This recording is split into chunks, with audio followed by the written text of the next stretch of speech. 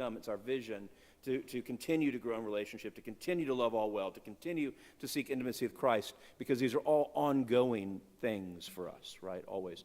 But I guess what I want to say about this vision statement too is this is where all of our ministries hang. So everything that we do at St. Julian's in terms of ministry fits into one of these three buckets. And again, in the spirit of deep, of depth. If it doesn't fit in one of these buckets, it's not something St. Julian's will do. That doesn't mean it's not good. There's 22 Episcopal churches in the greater Austin area, right? But everything we do, like let's think evangelism, growing in relationship, hospitality, growing in relationship, outreach, loving all well, worship and Christian education, seeking intimacy with Christ. See how that works? So if you went through our 20-plus ministries at St. Julian's, it should be pretty evident which of these three buckets it fits in. That makes it staying true to our vision. Okay, now, Nancy, would you please describe it? No, it's okay.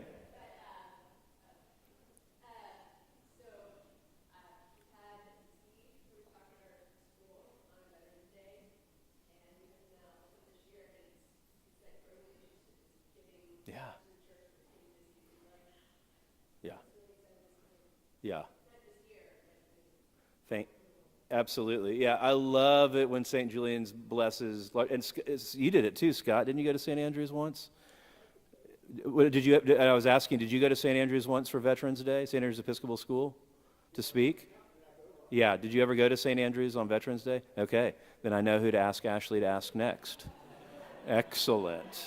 But anyway, okay, let's move on. Our mission now, St. Julian of Norwich, here it is. This is our mission. This is what we're called to do, right?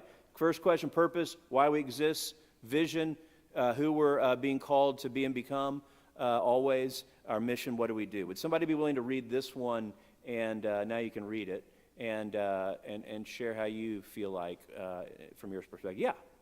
Thank you, Say. And you can lean into that mic. A hot mic? Are we on? Check. Yeah. Check. St. Julian of Norwich is an Episcopal community whose mission is to offer worship, spiritual formation, fellowship, and service to all in Christ's name. Now you have to say how you've experienced that in your life. You hear? Now you have to say how you've experienced that in your life. Okay, I won't speak in public radio voice anymore.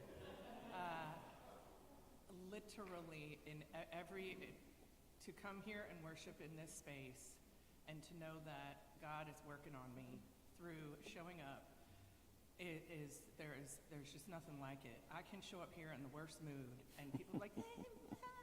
And it's like God working on me, you know, and it is, there's nothing like showing up, knowing I have to sing, or knowing I have to show up for Sunday school, and it makes me not think about me, and it makes me think about y'all, and it makes me think about Christ, and there's just nothing more rewarding than that. Thank you, Stacy. Well done. I met yesterday. I spent the midday with St. Cecilia's Episcopal Church, which is a church plant in Round Top, Texas, about an hour east of here. They asked me to come talk to their leadership team because they're about where we were 5 years ago. They're getting close on making an offer on a piece of land in Round Top, Texas, and so meeting with them to talk about our experience and just kind of some of the things that they're concerned about, which are the things we're concerned about: losing intimacy, about losing people during transition. That happens, like kind of talking them through our experience. And somebody there, I did a little affirmation exercise with the leadership, and I asked, what do you love about your church, about St. Cecilia's? And one of them said, like, every time they come to church, it makes them feel full of joy, just kind of like you did, Stacy. And I thought, like, we need spaces that bring joy to our lives right now more, and that's okay. Like, yeah, I'm also going to challenge you, and we're going to think about how we can make a difference in the world, particularly for those who are suffering and in need. But we're also like, we need spaces of joy, of like deep affection with God that makes our heart feel full. That's what joy is. It's not happiness. Happiness is fleeting, right? And I think this is certainly one of those spaces for me. So thank you for saying that, Stacy. I'm going to run through our core values a little bit more quickly. We've got 4 of them. Yes, it's still working. Our first core value, and really they are ordered on the website. This may be the order they're on the website. I'm sure I copied them, but they're all of equal import. And so these are the things that we value and hold most dear as a community. We discern these together at the beginning of our life, but I think they continue to be our values today. The first is service to others. We receive, accept, share, and return God's love and blessings to all who are entrusted to our care, both within and without our community. Okay. Mutual respect and trust.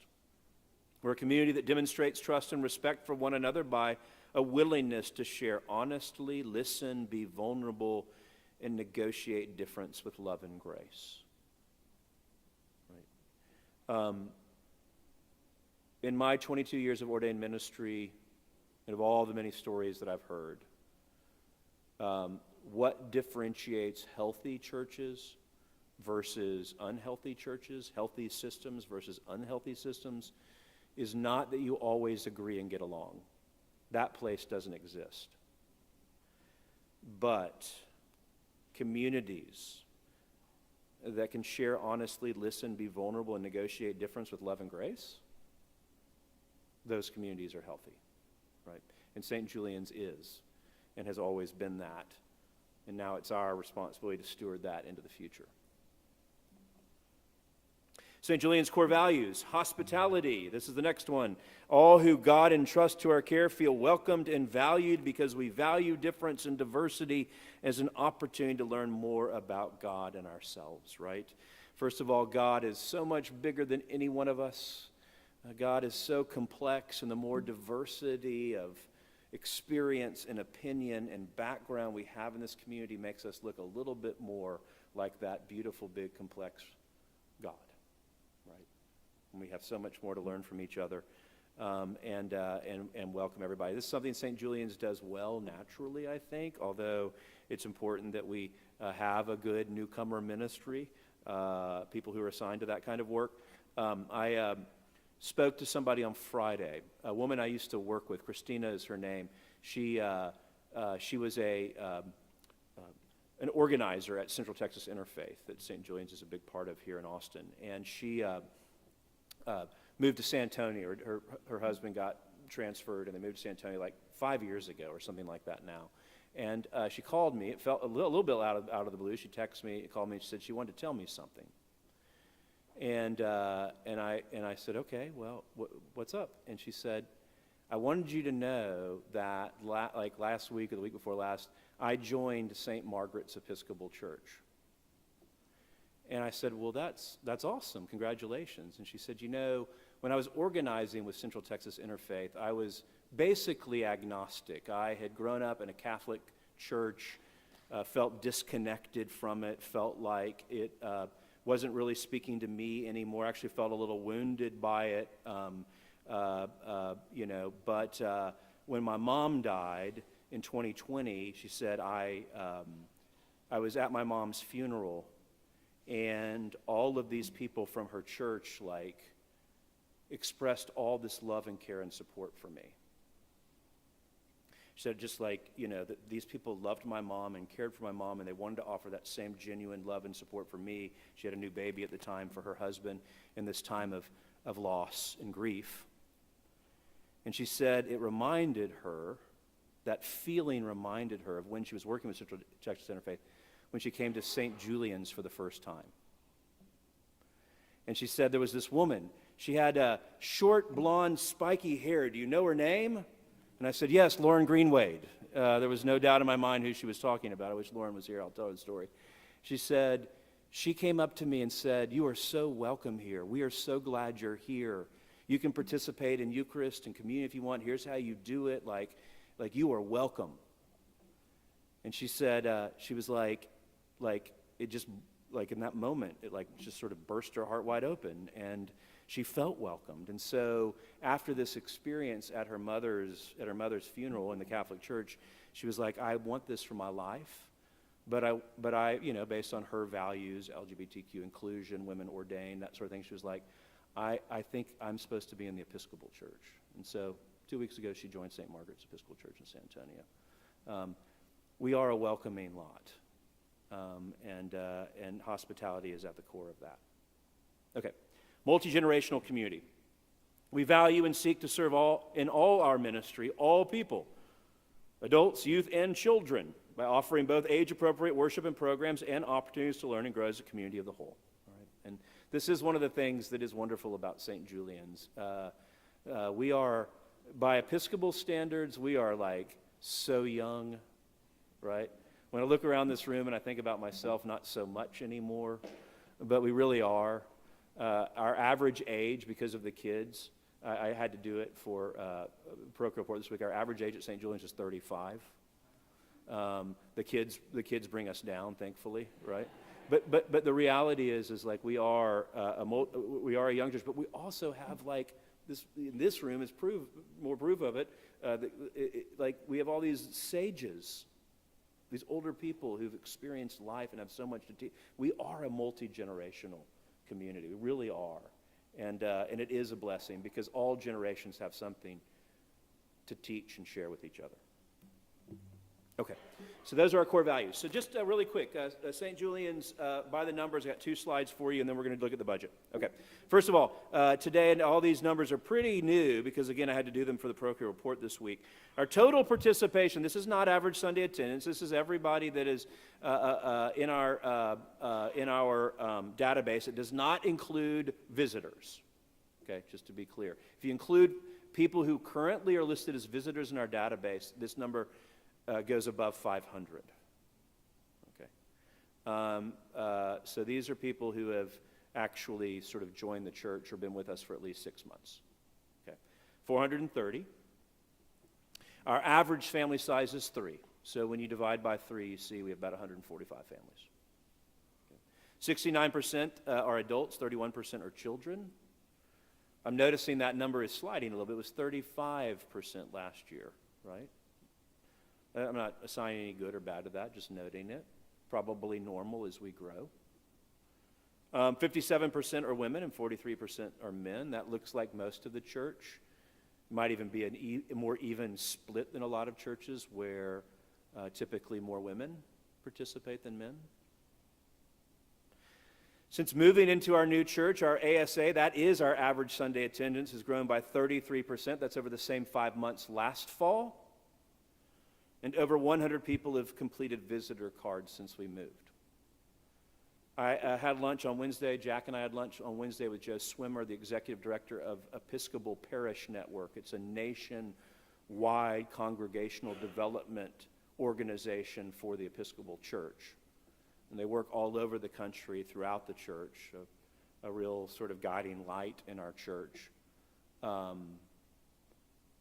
Joe said there is nothing like St. Julian's in the church.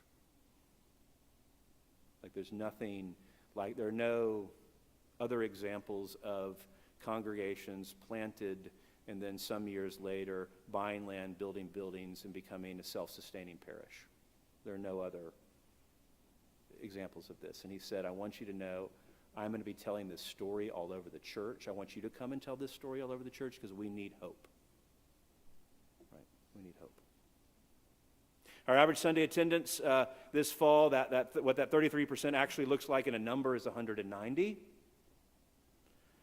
That's the average, right? So, I think our lowest Sunday has been around 150 since we've moved. And then we've had over 200 when the bishop came. We had about 275 the first service in the church. This is average. And it was 133 last fall, same 5 months. Our Christmas attendance in person online this year was 432. Probably 15 of that was online, so it's really almost all in person. It's over 3 services, 2 Christmas Eve, 1 Christmas Day. Those same 3 services in 2023 was last Christmas was 308. So I've been warning us for a long time now to not fall into the field of dreams mindset. If you build it, they will come. It's kind of happened, but I'm here to tell you that growing from here will be harder. Right? A lot of the new and shiny after 6 months will wear off quick, and now we're back to building relationships, one family at a time, one person at a time, coming to know them, to love them, to earn trust, because that's what it takes for people to become contributing members to your church. And so now that's the work of evangelism now becomes more important than ever if we're going to sustain and build on what we've already created. Okay? I'm going to do these very quickly. Just wanted you to see, and I want to thank Steve. I want to thank all of those on the stewardship team. You'll see there your all's pledge commitment collectively to St. Julian's for 2025 was $420,000. That was up from $365,000 last year. That $55,000 increase is the largest year-to-year increase we've ever had, and it allowed us to balance a budget and for the first time ever not to receive support for our budget from the diocese, which means we are prepared to make that move from a mission to a parish of the Episcopal Church. Okay, just for your information, total pledges was 81, up from 76. Our average pledge was $51.85, which is up from $4,800 last year, which was already above the diocesan average. We're significantly above the diocesan average. Now, this is just the total number of pledges divided by the total amount pledged. That's where you get your average pledge number from. All right, any questions about anything I've said so far before I invite John up? All right, come on up, John.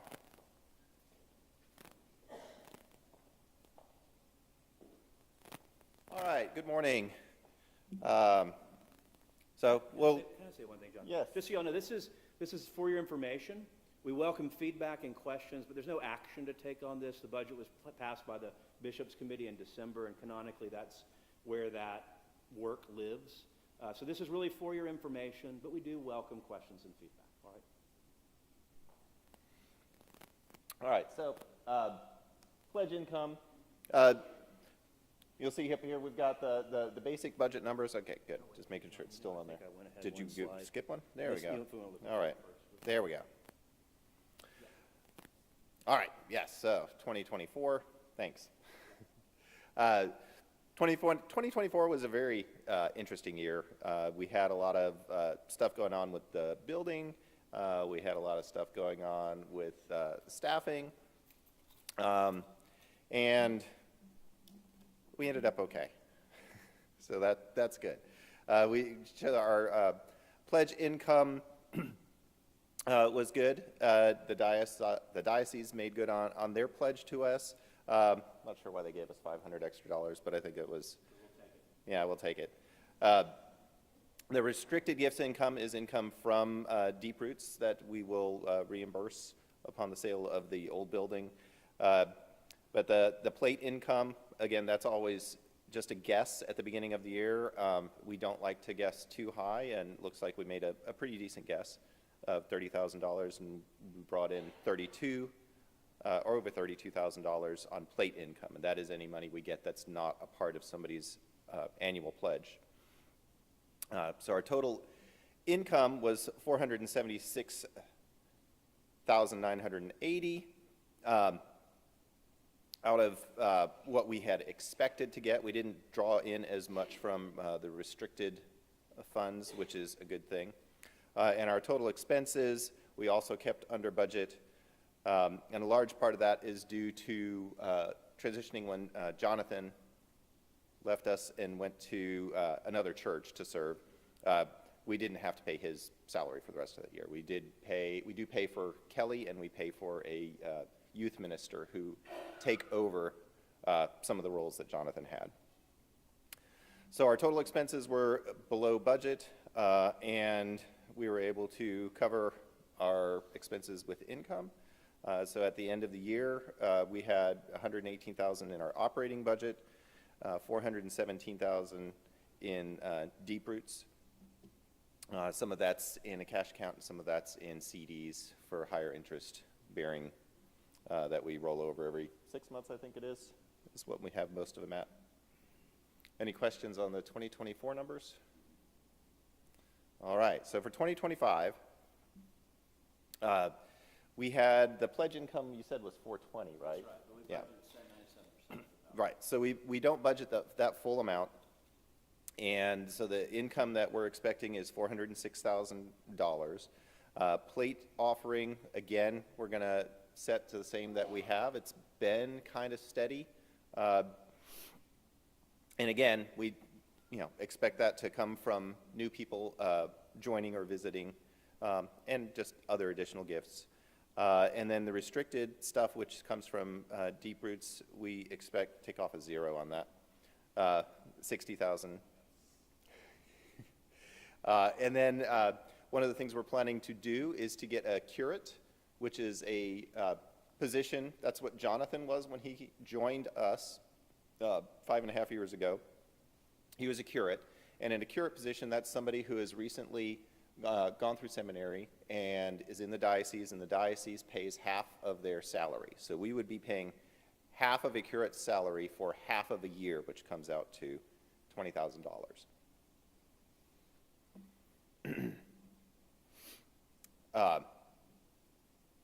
And like I said, the diocese, mention the diocese matches that, so that's why this is on income, $20,000. So that brings the total.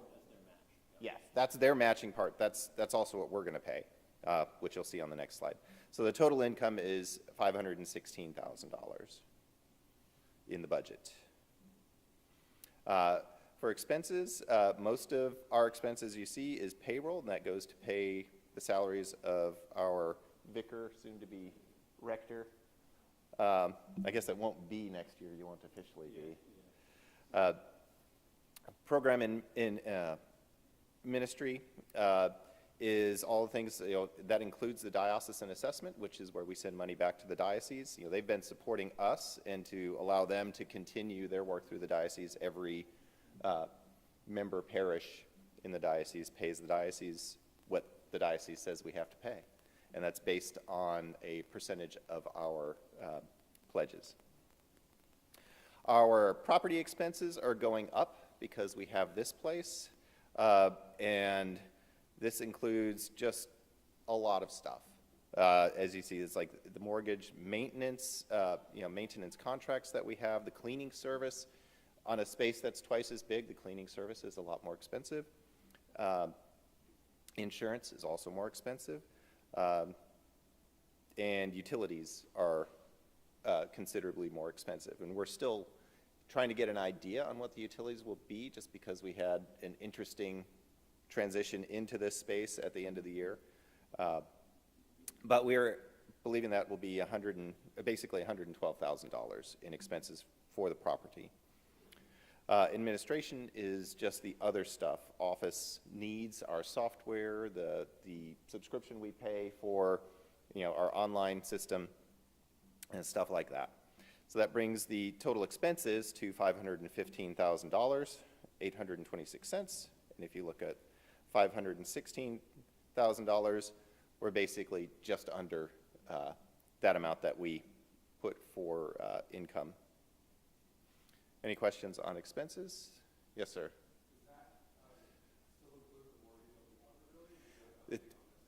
It does not. So this does not include what we're paying on the other building. So we hope to sell that soon and stop paying that money, because any money that we get as profit from that sale, we're going to need to reimburse for things that we're currently spending last year and this year. Yeah, so just to clarify that too as well. So no, the old building lives in its own budget.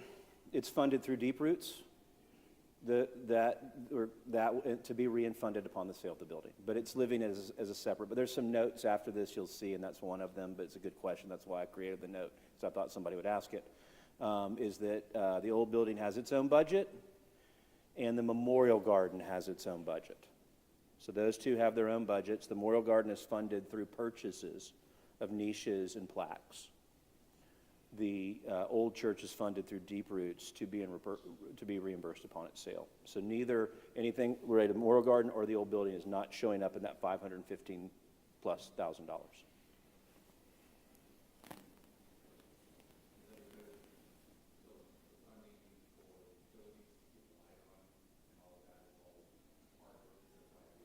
Yeah, anything related to this building is in this 518,000, or 500, whatever it was, $1,000.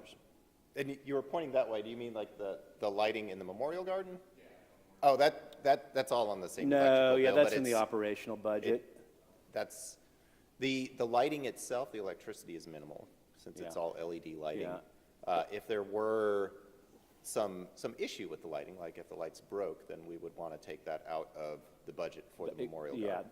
Yeah, there aren't a lot of ongoing expenses for Memorial Garden, but yeah, if something broke down there, if something needed to be fixed, there are expenses for like, even though people are paying for it, we have to show it going out for like the etching of the plaques and things like that. So those sorts of expenses are in their own Memorial Garden budget, funded through the sale of niches and plaques. All right, so to break down the categories that I showed previously on payroll, that includes our child care, our lay staff, which is anybody who's not clergy besides the child care, and our clergy. And then we also pay taxes, FICA taxes, I believe, only on the non-clergy That's right. people. That's why it's fairly low. If you're an HR person and you're used to Yeah. seeing that number. Say, The "Why is it thing so I low?" would point out from this number that I think is interesting is that we now we're paying $100,000 a year to a lay staff. And that's a big number. It's about a fifth of the budget. And I just think, I mean that, I think it's cool. Like, our staff is growing, you know. We have 8 people we pay that aren't clergy to do the work of this church. I think that's a sign of our growth and vitality. I hope this number keeps going up, so, assuming we can afford it, right? That's it.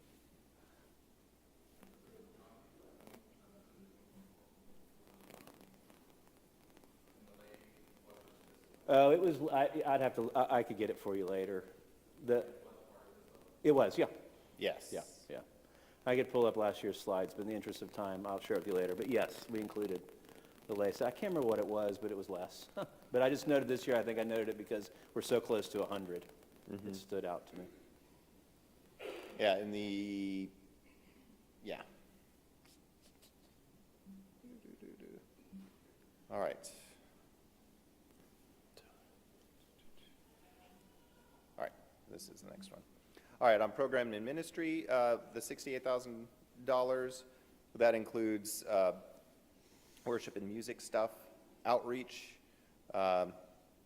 educational expenses, hospitality expenses, mission and growth, which is things like advertising, and then other things are just, events that we have, bishops' committee and stewardship events, women's and men's ministries, which generally are the retreats that are coming up, and then the diocesan assessment, which I mentioned before, is $27,000.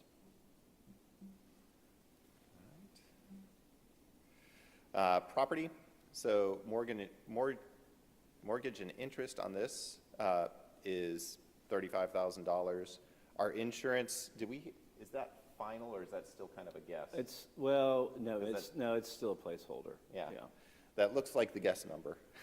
We've been asking for the insurance company to tell us exactly how much we're going to be paying, but we kind of doubled it from previous as a placeholder. Maintenance and inspections of the building, that's like for air conditioner and fire systems, $10,000. And then all the other utilities, cleaning and landscaping, we have budgeted $46,000. A big part of that is stuff like electricity, water, and cleaning. Any questions on this slide? All right. Administrative stuff, that includes software and the things that we use to stock for ourselves, that's those cleaning supplies. Diocesan council is for sending people to the council, which is coming up in February as well. That number is actually going to increase in later years, we expect, because we'll send more people once we're an official parish.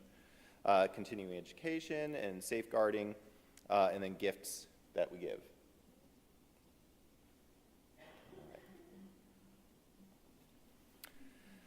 So if we look at the overall pie, supply that we have, our main expenses are still payroll, which is paying people to serve here as our ministers.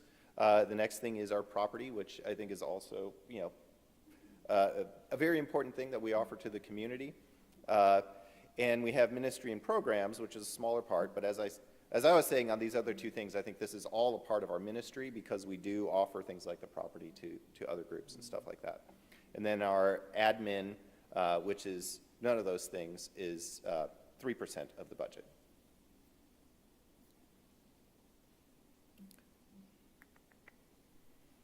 All right, so I can read these off in case anybody can't. So these are the notes that Miles had mentioned before. The budget includes, switching from Jonathan as a full-time associate vicar to our current priest, Kelly, and our youth minister, Elle. We had already mentioned that the expenses for the old building are currently being carried by the Deep Roots and will be reimbursed, and the Memorial Garden is its own budget as well.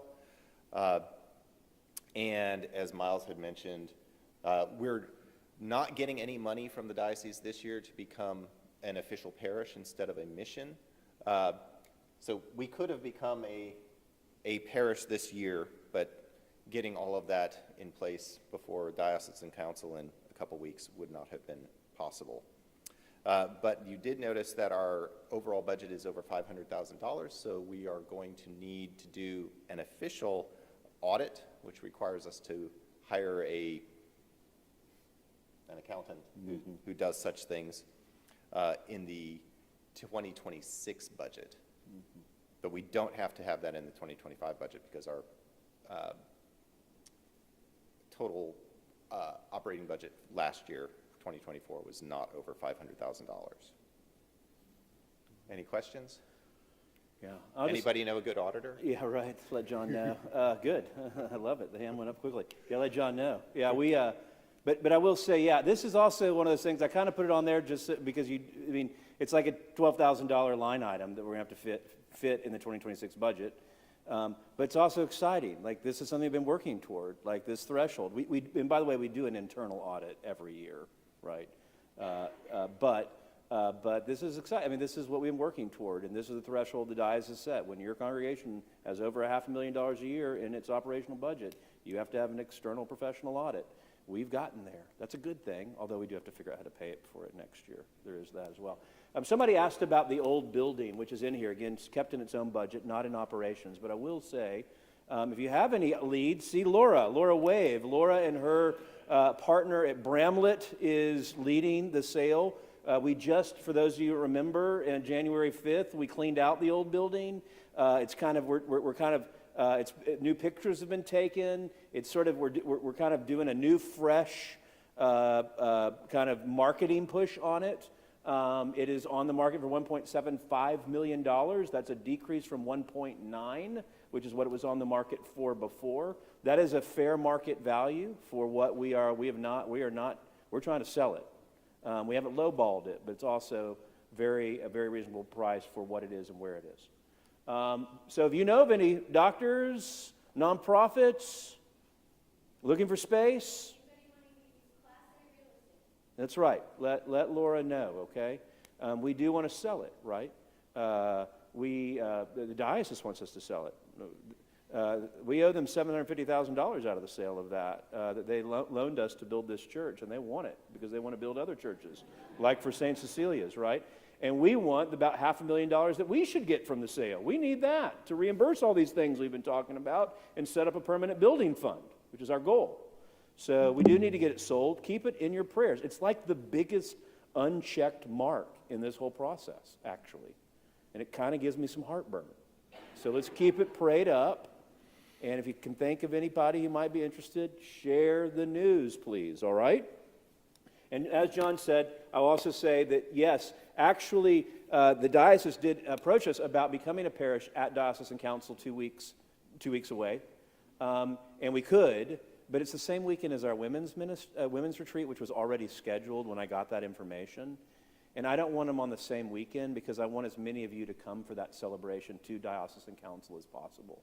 So we actually chose to delay it a year so that hopefully we can get more people there.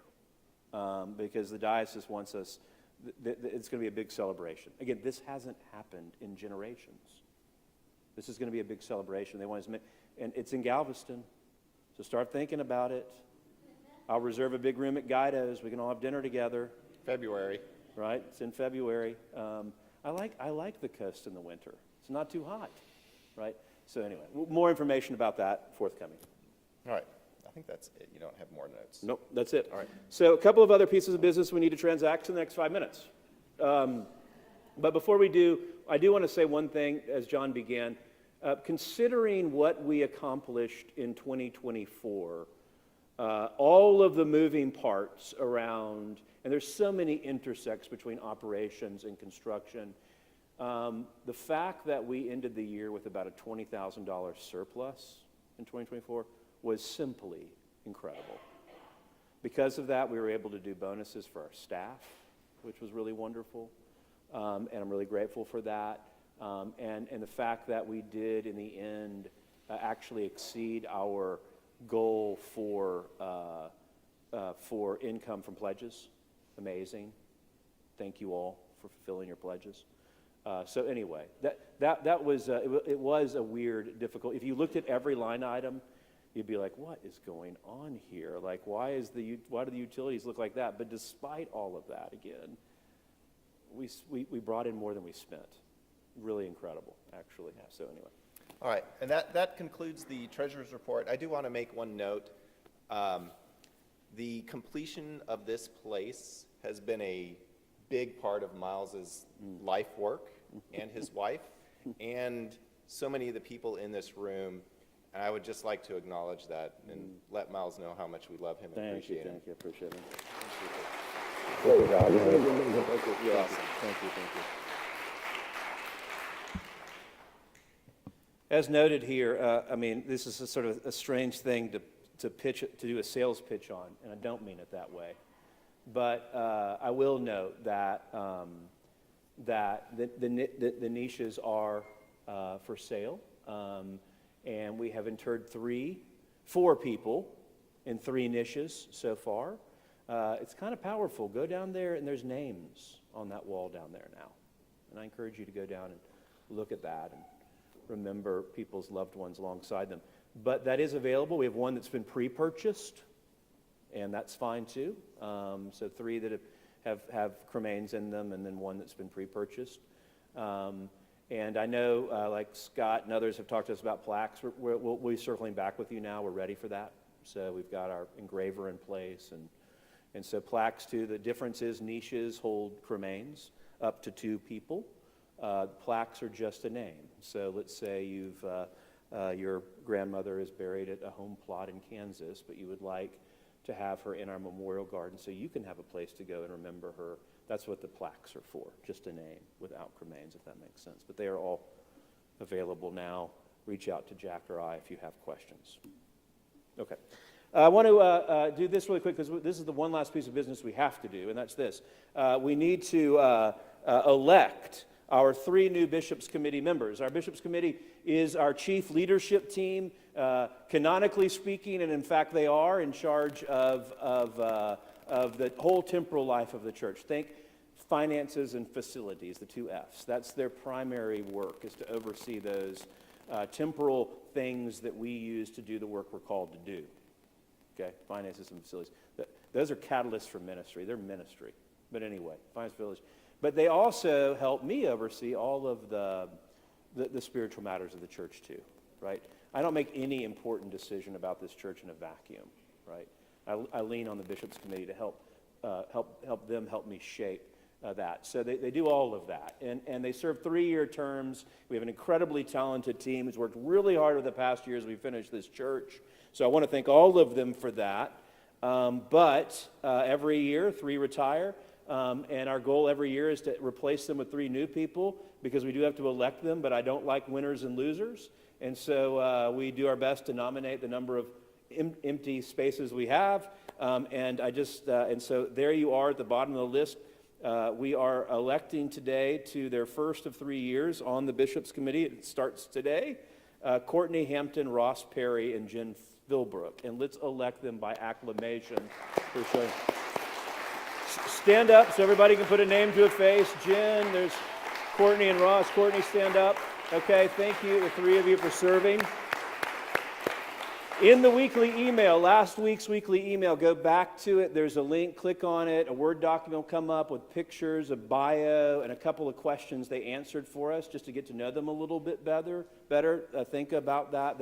All three of them rose to our attention because they're already leaders in this church and already doing amazing work in this church. And I'm grateful for all three of you, and I'm really grateful to work together in this new way. It's very exciting. You can see who's remaining. Jorge Tabuada, Nicole Lalonde, Margie Reed, Ariel DeBose, Mel Bland, and Cara Beth Daly. Patty Kenyon, after 2 years as our Bishop's Warden, which is the head of the Bishop's Committee, is one of the three people that is retiring. And she's being, we're going to say a little more about her and the people retiring. But our new incoming Bishop's Warden is Nicole Lalonde. Nicole, will you stand up and wave? Let's give her some love. Good. Nicole is epically talented and committed to the life of this church. I'm really grateful for you, for your friendship, for your ministry. She's going to lead us so well, and I'm so excited about that as our chief lay leader in this church. But we do have three people retiring. Patty, after 2 years of service, Janet Walker, and Paul Warfield. I'd like to ask the three of you to stand up as we acknowledge you all for all the work you've done.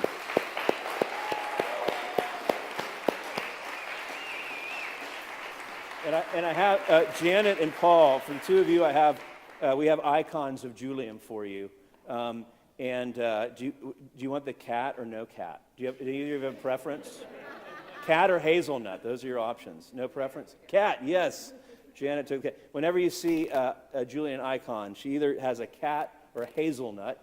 She was thought to have lived alone in a room attached to St. Julian's Church in Norwich, England, but not alone. She had a cat. As Patty's last selfless act as our fearless leader, her icon is in the mail, and we'll get it to her later, right?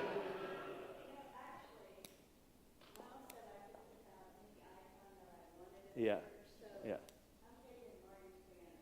Oh, yeah. Marty, you up for another one? Yeah, that's right. And we've got to wrap it up. But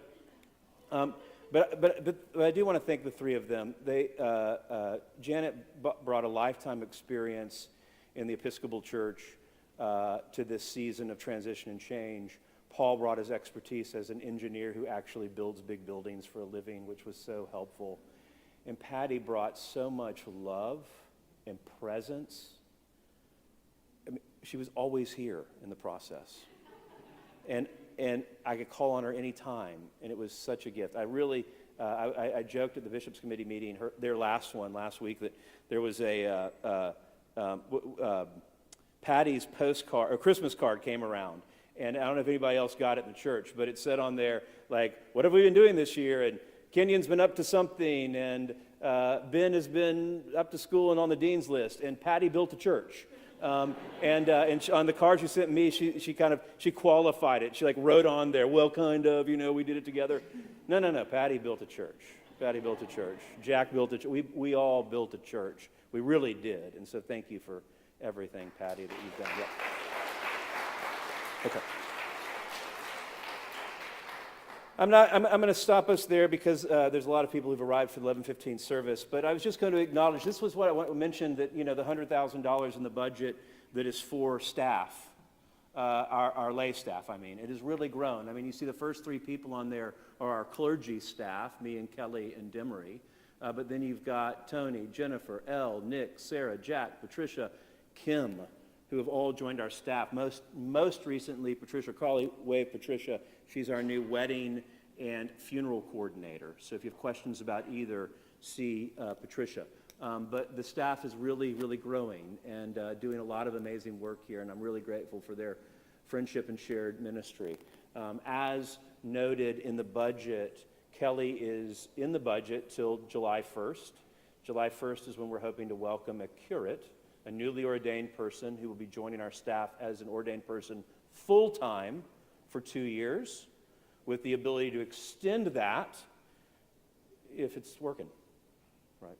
And so we'll be back to 2 full-time clergy people this summer, and really looking forward to that as much as we are so grateful to Kelly for stepping in selflessly when I just called him and said, hey, Jonathan's going and we need help. And he said, I'll do it. All right. Our lay ministry leaders, I'm going to stop there. My goals for the year, I'm going to publish these on the blog for you to read and look over on your own time. The Bishops' Committee and I will be going over them. One thing I do want to note on here is the second to last one, though, just so you all, I want you to begin thinking about this. I was scheduled to be on sabbatical last summer, was when I became eligible for sabbatical. And I put it off because we were in the middle of building a church, which meant I was a year late to go on sabbatical this year, and I've put it off to onboard that second full-time clergy person this summer. And so next summer, if I don't go, the bishop is going to really be mad at me because he believes in sabbaticals helping decrease clergy burnout.